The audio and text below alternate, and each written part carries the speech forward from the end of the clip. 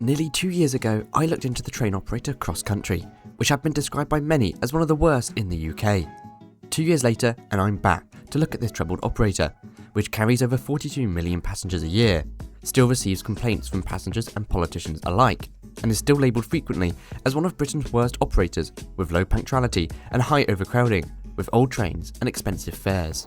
So in this video, I'll be taking a deep dive into Cross Country, the history of the operator, who is to blame for the current mess, as well as what the operator has been doing recently to try and improve their services. So join me as I look at Cross Country Trains, Britain's worst operator, and are they still to blame?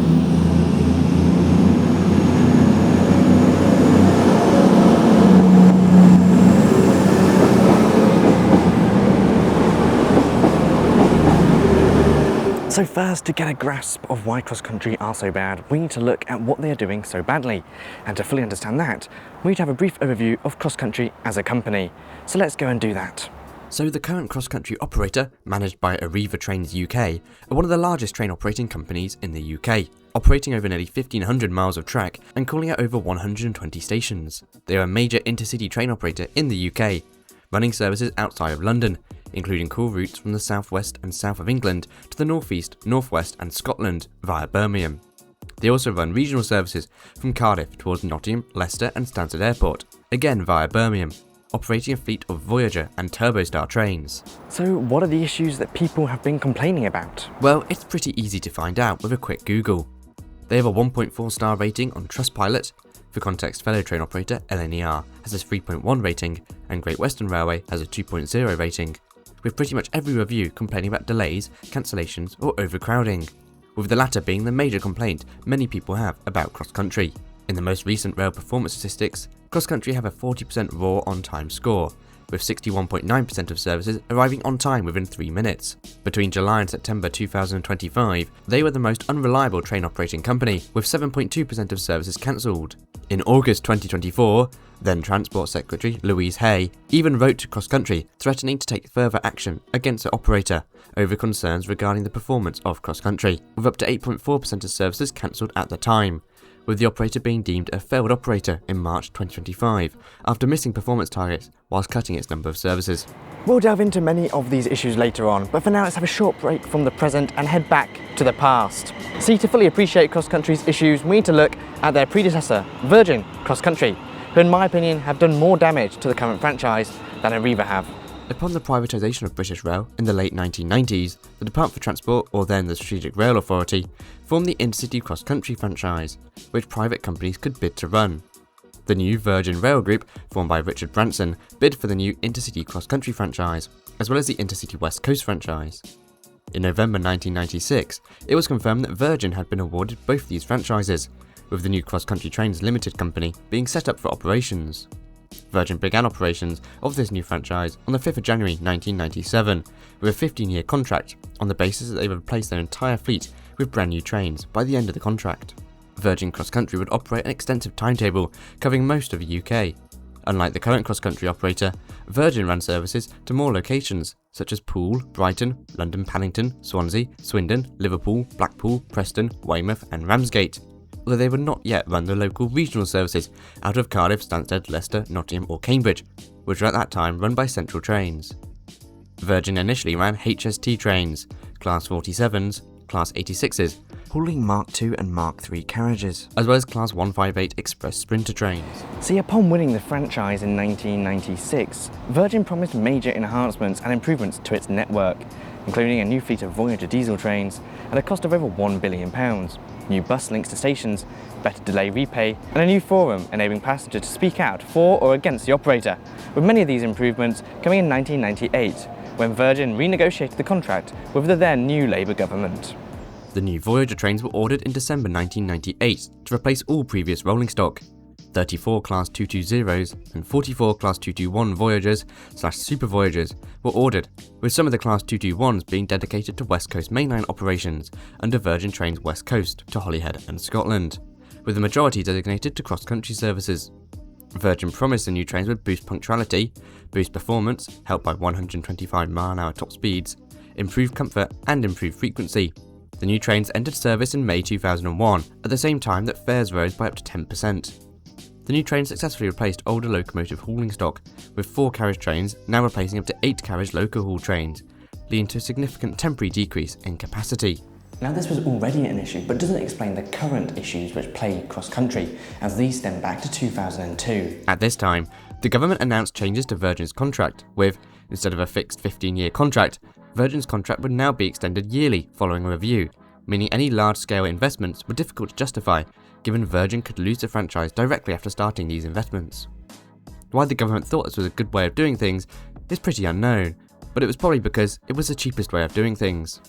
Now, of course, one of the biggest issues which currently plagues cross-country is overcrowding. This has always been an issue, but the current overcrowding with the current trains on cross-country stems back to the 30th of September 2002, when Virgin Cross Country launched their Operation Princess timetable change. This groundbreaking new timetable change, financed by Virgin Cross Country, would significantly alter the main intercity services. Firstly, the destinations served by Virgin Cross Country would be condensed to 4 core routes. Gone would be the services to Kent, Liverpool and London. Services would, on average, leave Birmingham New Street every 7 minutes, with an hourly service to Manchester, Edinburgh via Newcastle, Bournemouth via Reading, and Plymouth via Bristol, which included some of these routes being half-hourly, such as services from Birmingham to Bristol, Manchester and Reading, with Blackpool also joining the Virgin Cross Country network for the first time. The full service pattern was rather complicated, with other random new services such as an hourly Swindon to Birmingham service commencing, whilst services towards locations such as Poole, Swansea and Liverpool remained. But the overall aim was to simplify services to a new clock-face hourly timetable, which would be operated by the Voyager trains. And this is the thing, whilst Virgin had the completely right idea with Operation Princess, a more easy to follow timetable with more frequent services to appeal to commuter and leisure travellers alike, that was too much almost. They appealed to too many people, and that was the issue. Too many passengers were now using these new timetabled cross-country services. So much so that the current Voyager capacity just could not cope with the increased amount of passengers. The new timetable was thus destined to fail. It wasn't helped by the fact that the Voyagers weren't as reliable as first assumed, leading to the whole fleet being temporarily withdrawn, whilst most services were severely overcrowded due to the Voyagers being too short to handle the passengers wanting to go on a service. Virgin Cross Country achieved punctuality of just 54% for the 2002-2003 year, with Operation Princess being widely deemed a failure in everything except boosting base frequencies to a clock-face timetable. The failure was so large that, in September 2003, Virgin Cross Country were forced to cut back all services to Poole, Portsmouth, Swansea, Paddington, Liverpool and Blackpool to help improve reliability and reduce overcrowding, although services to Brighton survived. Virgin also scrapped any plans to keep HST sets, which they planned to do through its Challenger HST upgrades, leading to even less capacity, but the government shot down any plans to keep the HSTs. Virgin made things worse when they announced that more Class 221s would be leaving Virgin Cross Country to join fellow operator Virgin Trains West Coast, with Virgin hiring some spare HST sets for extra capacity in the summer, as well as other spot hire loco haul trains on and off when necessary. The increase in frequency basically meant that Virgin drastically underestimated the amount of new passengers that would be joining Virgin Cross Country services, leading to chronic overcrowding, and meaning that there were too little carriages for the amount of services that Virgin Cross Country operated. Virgin couldn't do anything about this due to the year-on-year contract renewal agreement the company had with the government, meaning, well, things wouldn't improve until a new operator came along on a fixed-term contract. And luckily for passengers, they wouldn't have to wait very long, as in August 2004, the Strategic Rail Authority, the precursor to the Department for Transport, announced that Virgin Cross Country hadn't secured franchise rights for an extra year, meaning that the whole Virgin Cross Country franchise was in limbo. The Strategic Rail Authority said that Virgin's tender to continue operations was going to cost the taxpayers too much money and had been negotiating for 18 months, to no success. The Strategic Rail Authority had two choices: to allow Virgin to continue and later re-tender the franchise, or completely dismantle the cross-country route into existing operators. The SRA confirmed that they would choose the former of the two, allowing Virgin to continue operations for a few more years before finally re-tendering the franchise for a new long-term contract. The new Department for Transport announced in September 2006 that the cross-country franchise would now be re-tendered, with Arriva, First Group and National Express all fighting Virgin. This new re-tendered franchise would be different, as it would include smaller, more regional routes from Birmingham towards Cardiff, Stansted and Nottingham, taking over services previously ran by Central Trains. Other changes included services from Birmingham International to Scotland being moved from cross-country to the West Coast franchise and extended to London Euston, whilst the invitation to tender specified that any new operator would not be legally obligated to run services south of Guildford towards Gatwick and Brighton, potentially marking the end of intercity cross-country services south of Guildford, if the new operator chose to end them. On the 10th of July 2007, it was announced that Virgin had lost the new cross-country franchise, with Arriva taking over. Under the terms set out by the Department for Transport of the 8-year contract, Arriva Cross Country would have to hike unregulated fares, such as off-peak fares, by as much as 60%, creating funding necessary for 40 new carriages, in the form of 7-car HST sets returning to cross country, and 3,000 extra seats, including the removal of cafe bars in the Voyager trains for extra luggage and seat space. Arriva would receive over £1 billion of government subsidies over the 8-year contract, with the Department for Transport stating that they were happy with the deal, whilst Cross Country also planned on boosting evening rush hour capacity by June 2009, a year earlier than the DfT initially required. Overall, the new cross-country franchise was not ambitious at all. It was not going to provide the huge investments needed to satisfy passenger demand. It was not going to reduce overcrowding, and it was overall just not going to be that good. There'd be no huge capacity improvements for any new passengers that might be joining the cross-country network following the influx of passengers on the rail network as part of privatisation. The return of the HST sets, only a few years after they were initially retired from cross-country services, proved to be an overall shot in the foot by Virgin Cross Country and the Department for Transport, the former of who didn't want to retire the HSTs, the latter of who did, with this decision now being reversed. The overall franchise and contract wasn't the fault of Arriva, but the DfT and the whole privatised system overall, a topic which could have its own video or many videos.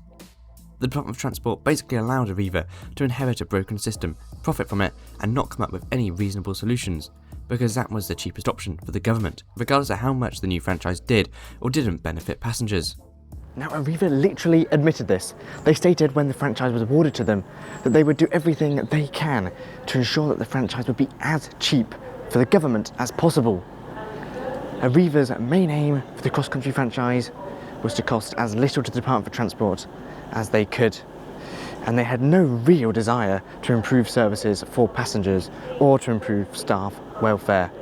It was, well, destined to fail right from the start, with no ambition and no real plan for improvement of services on cross-country. Arriva Cross Country took over operations from Virgin and part of Central Trains on the 11th of November 2007, inheriting the Virgin Cross Country Class 220 and 221 Voyagers, as well as a new fleet of Turbostars from Central Trains, with these Turbostars receiving a new cross-country interior and livery, with the Voyagers receiving just a new livery and no major interior refurbishment.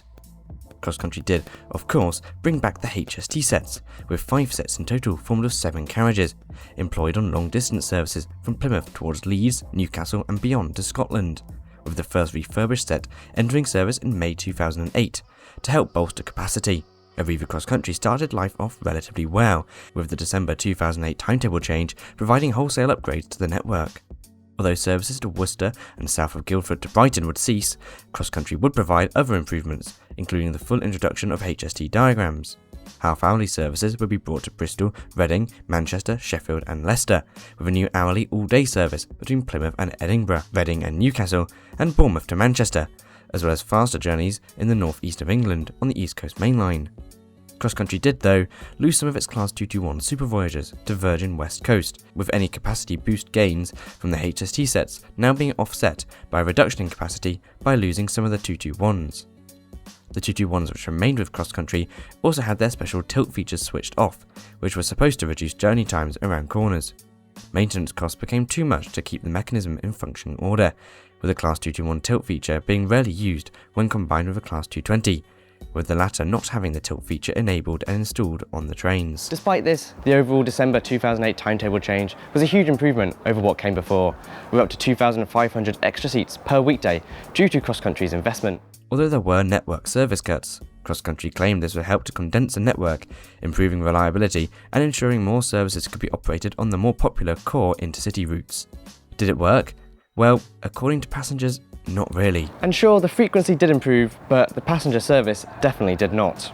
The BBC released a current affairs episode of Inside Out regarding Cross Country's performance in 2009. Although it was recorded before the timetable change in December 2008, the episode demonstrated the issues which had plagued Cross Country for 2 decades now. The episode looked mostly at the intense overcrowding on cross-country voyages, with Cross Country using the report to increase the number of carriages on its trains on certain specific routes. Regardless, viewers of the Current Affairs show did comment their dismay at Cross Country even after the timetable change. For example, Emma, who travelled on the 27th of December from Durham to Birmingham, complained about the lack of carriages on services versus what they were supposed to have. Mark from Stafford said that he and his son took Cross Country at least twice a week, complaining that 4 carriages just wasn't long enough, especially compared to the Pendolino trains that Virgin Trains West Coast operated. Roger correctly pointed out that Virgin replaced 7+ carriage trains with 4 or 5 carriage voyages, with Roger suggesting that things wouldn't improve until more carriages or new trains were built, something which is still the case today, nearly 20 years on from that comment. There were countless other similar comments, such as Brian from Leamington, who complained about the fact that 4-car voyages only had 3 carriages standard class seating. Another Roger complained about health and safety concerns due to overcrowding, whilst June echoed this concern. There were also complaints about the more regional services operated towards Cardiff and Stansted, with some of these services having just 2 or 3 carriages, far too little for the amount of people travelling. The overall point is that me complaining about Cross Country today isn't a new idea. There have been complaints for over 2 decades now about overcrowding and general service quality, with first class also another key area of complaints, especially over other operators such as Virgin Trains West Coast. So Arriva were only a year into their franchise and, well, they didn't have too much scope to invest and change things, and they hadn't really achieved much since becoming a train operator. So what else did Cross Country do after the 2008 timetable change? Not a huge amount in all honesty. Wi-Fi was brought onto all voyages, whilst they also received more luggage space by removing the cafe bar. Small timetable changes were made from 2010 and 2011, extending more services to Southampton and up to Scotland, while special services ran to Weymouth for the Olympics in 2012, where the sailing was being held. So by 2013, Cross Country hadn't really achieved much over their predecessor. So what did the DfT then decide to do? Well, in 2013, as part of a wholesale review of the franchises, the Department for Transport decided to give Cross Country a 3-year contract extension from 2016 to 2019, with little to no extra incentives or service provisions for Cross Country to provide. Basically, Cross Country got a 3-year deal for nothing. These are known as direct awards. The DfT stated that they would invest £20 million in more modern trains, but what that actually meant was really unclear. And although the cross-country fleet is currently getting a refurbishment, that was way after 2019, so I don't actually know where this money went. They also stated that cross-country would be changing its targets for punctuality and reliability to, quote, improve the passenger experience, whatever the hell that means. There were some genuine good things though, such as cutting journey times between Birmingham and Manchester by up to 10 minutes through shorter calling times at stations. Extra services would also call at Morpeth, with 24/7 customer service being introduced. And they also waived the £10 change of fee for advanced singles. Why that still existed in the first place, I don't know. Whilst £340,000 we spent on community rail partnerships, despite the fact that Cross Country don't actually operate any stations themselves. However, this was all really a nothing burger, and a cover-up for the fact that the DfT was extending Cross Country's franchise with literally zero competition from other companies, which was the whole idea of privatisation. The DfT stated that the direct award was in order to stagger franchise renewals, ensuring that franchises didn't all end at the same time. However, when I actually looked at the franchise end dates before and after the so-called staggering, they actually are no more staggered than they were previously, and this is, in my opinion, one of the reasons that the current cross-country services are so poor. Perhaps it's not Arriva's fault, but instead the government and the DfT's fault. Privatisation was, in theory, supposed to allow competition and rival bids from other companies to try and provide the best and cheapest service on behalf of the DfT. However, the DfT gave Arriva a brilliant contract, and now they had at least 6 years more of running services with no major investments required from Arriva. They must have been laughing to themselves. Passengers, however, wouldn't be so happy. The lack of competition meant no scope for capacity or service enhancements, meaning that, with passengers continuing to rise, cross-country services will continue to get more overcrowded, both on intercity and regional routes. Fortunately, by July 2018, the DfT had released their provisional franchise requirements for when the franchise would be re-tendered in mid-2019. This would be a fresh chance for cross-country services to improve, which they needed to urgently. The DfT specifically outlined major capacity problems, especially on Friday and Sunday afternoons, with these times being the worst for overcrowding. A 7 to 10 year contract would be in order, with any new operator commencing in October 2019. The DfT stated bidders would be expected to propose solutions to the overcrowding issues, any timetabling issues related to other lines, such as the West Coast or East Coast Main Line, which Cross Country operates on, seating configurations on trains, as well as spreading demand for services through new intuitive ticketing measures, whatever that means. Delivery pay to 15 minutes would also be implemented, down from the 30 minutes previously, whilst a simpler reservation system would be introduced. The DfT also insisted that bidders should put forward plans to improve current rolling stock, to balance long-distance comfort with commuter travels, with the DfT also stating that there could be scope for new services, as long as they didn't abstract revenue from other operators. Now this all sounds well and good, however the prospectus didn't feature any mentions for new rolling stock, or gaining any additional rolling stock, so how any new operator was supposed to increase capacity with the same trains as before, I don't really know.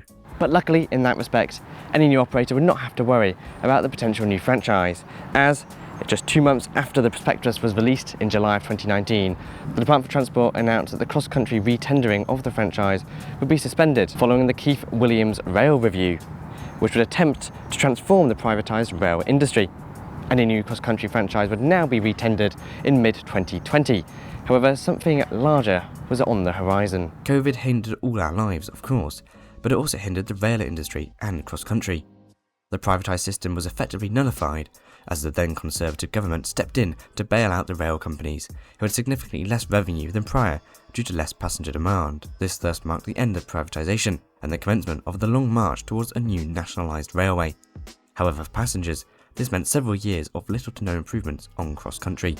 Firstly, any improvements expected from refranchising would not come about, as the cross-country franchise would now not be re-tendered in mid-2020 as initially expected. Delivery pay would remain at 30 minutes, there would be no new reservation systems, and there would be no major rolling stock changes for at least 5 years. Basically, cross-country and the entire rail industry froze, with there being basically no investment during the COVID period, until clarity could be reached with the impending nationalisation of the rail industry. This meant that services got worse, and overcrowding especially. Cross-country reduced its service during COVID, such as reducing the number of services from Reading to Newcastle from roughly hourly to just a handful per day, with this still being the case as of recording, although it should be changing in the future. This was supposed to ensure that more services would be 8, 9 and 10 carriages, to ensure that services were less overcrowded due to COVID restrictions. However, things weren't helped by the nationwide rail strikes, which occurred from 2022 to 2024, and the controversial withdrawal of the HST sets. The HSTs were withdrawn in September 2023, following government pressure to retire the ageing locomotive sets and carriages. Although cross-country only had 5 of these sets, they had enough to make a major impact on capacity, with the previously 7 carriage sets being swapped out for 4 or 5 carriage Voyager trains, with the capacity greatly reduced overall by about 2.5 times. And this is clearly marked in passenger satisfaction for cross-country. In March 2025, the Independent Transport Focus Group asked passengers of cross-country and every other train operator for their thoughts on operator performance. Cross-country came bottom for punctuality and reliability at 65%, bottom for overcrowding levels at 44%, far below the next worst TOC at 64%, 5th bottom in value for money, and bottom for overall train and journey rankings. They did do decent with station satisfaction, however given cross-country don't actually operate any stations themselves, I don't think that's much praise. Punctuality and cancellation figures were also much worse than the industry average, with cancellations in 2023 reaching 7.1%, falling to 4% in late 2024. Passengers complained about dirty trains, a lack of safety, and rowdy passengers, as well as, of course, overcrowding. In fact, as I just wrote this script, my dad messaged me to complain about how busy his cross-country service was. Even in cross-country's own satisfaction surveys, they score poorly. Only 55% of passengers didn't experience a delay on cross-country services.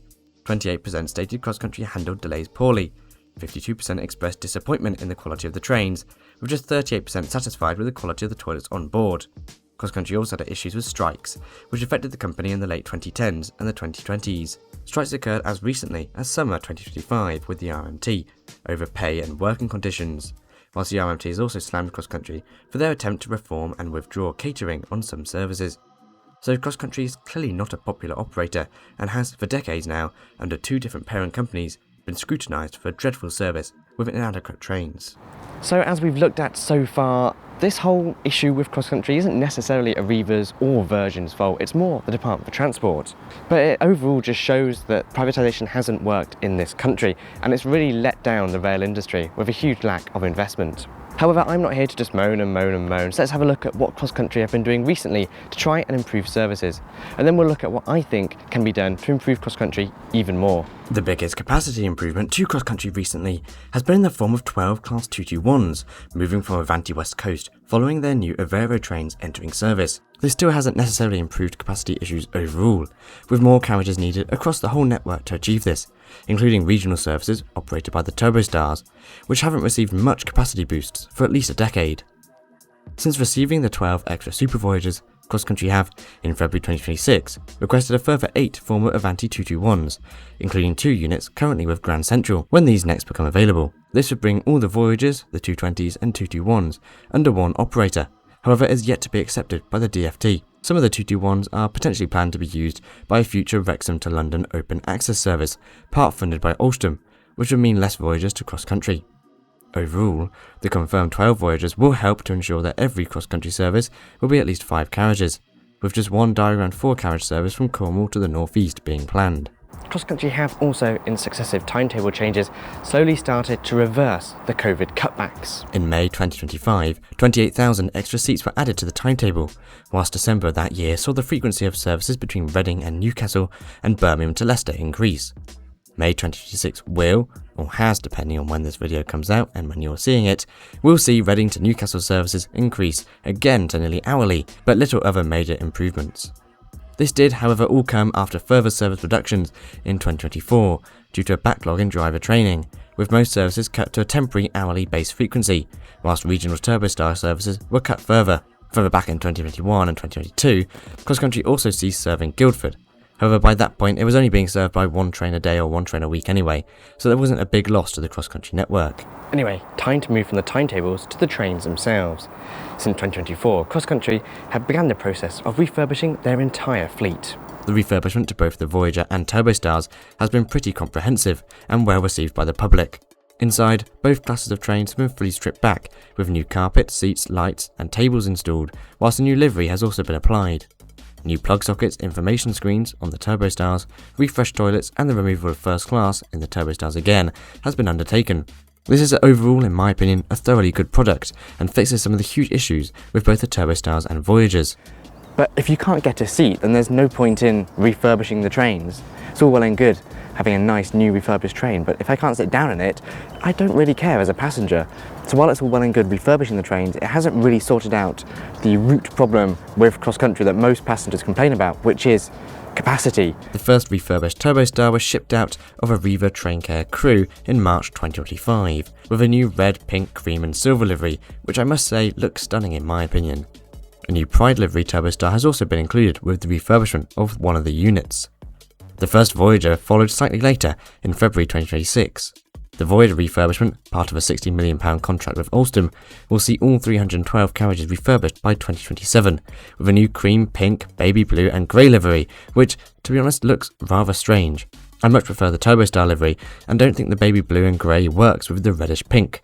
However, that's just a personal preference. Overall though, as a passenger, I'm extremely happy with the internal refurbishment of the cross-country trains. It finally feels like cross-country has entered the 2020s. The Voyagers, whilst there aren't enough of them, are good trains in my opinion, which have been a bit overheated during the course of their operating life, and this refurbishment does seem to fix a lot of the major issues that they had. But as good as their refurbishments have been, I'm unsure as to why Cross Country have actually refurbished their trains, for 2 reasons. Firstly, Cross Country, as with every train operating company, will be nationalised in the next few years, with Cross Country being one of the last to be nationalised in autumn 2027. This means that, following 2027, the Cross Country brand may cease to exist, as it is brought under the Great British Railways brand. All that is shrouded in mystery, but my point still stands. Is it worth spending millions refurbishing trains which are A, not that young, and B, won't be operating under the current livery, colour scheme or branding, potentially, in the next few years? Well, in my opinion, it isn't. It isn't worth refurbishing them at all. The Turbostars and Voyagers are starting to get a little old. I don't think the Voyagers are at all suitable for their role today, and never have been really.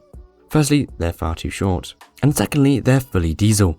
In a world where we want to be greener, is it sensible to run a purely diesel trains on routes where wires run for large parts of the journey, such as Manchester to Birmingham, all electrified? Now, I'm not saying that they can be replaced, because of course there's monetary issues with that, but I think there are better options out there which they can be replaced by.